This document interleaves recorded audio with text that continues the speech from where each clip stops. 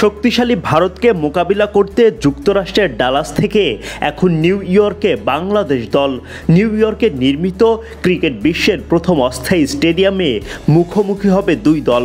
বিশ্বকাপকে সামনে রেখে মাত্র 4 মাস আগে এই নাসাউ কাউন্টি আন্তর্জাতিক ক্রিকেট স্টেডিয়ামের কাজ শুরু হয়। বাংলাদেশ ভারত ম্যাচ দিয়ে যাত্রা শুরু হবে স্টেডিয়ামটির। ড্রপ ইন পিচে হবে খেলা। এদিকে এই ম্যাচ ঘিরে বাংলাদেশের ভক্তদের জন্য বড় সুখবর।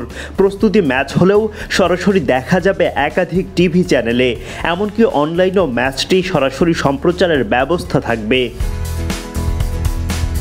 বাংলাদেশ ভারত ম্যাচ মানে যেন বাড়তি উত্তেজনা কাজ করে দুই দলের ভক্তদের মাঝে। বিশ্বকাপের আনুষ্ঠানিক প্রস্তুতি ম্যাচে শনিবার মুখোমুখি হবে দুই দল। আর ভারত এবারে বিশ্বকাপের আগে কেবল বাংলাদেশের বিপক্ষে একমাত্র প্রস্তুতি ম্যাচটি খেলবে।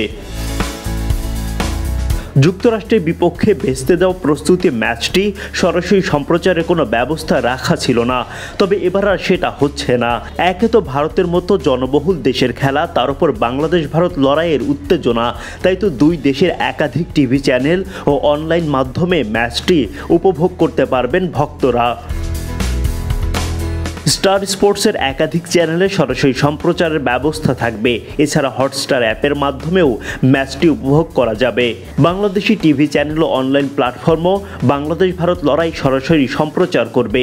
দেশীয় টেলিভিশন চ্যানেল নাগরিক টিভিতে উপভোগ করা যাবে ম্যাচটি। আর অনলাইনের ক্ষেত্রে বাংলাদেশি ভক্তদের চোখ রাখতে হবে টফি অ্যাপে। বড় টুর্নামেন্টের আগে ভারতের মতো শক্তিশালী দলের বিপক্ষে খেলা, সেটা আবার নাসাউ কাউন্টি স্টেডিয়ামের ড্রপ ইন পিচে। অস্ট্রেলিয়া থেকে জাহাজে করে যুক্তরাষ্ট্রে নিয়ে আসা ড্রপ ইন পিচে খেলবেন বাংলাদেশ ও ভারতের ক্রিকেটাররা। এই একই মাঠে আবার বিশ্বকাপের মূল লড়াইয়ে দক্ষিণ আফ্রিকার মুখোমুখি হবে বাংলাদেশ। তাই তো ভারতের বিপক্ষে ম্যাচটা বাংলাদেশের জন্য সব দিক থেকেই মহা গুরুত্বপূর্ণ।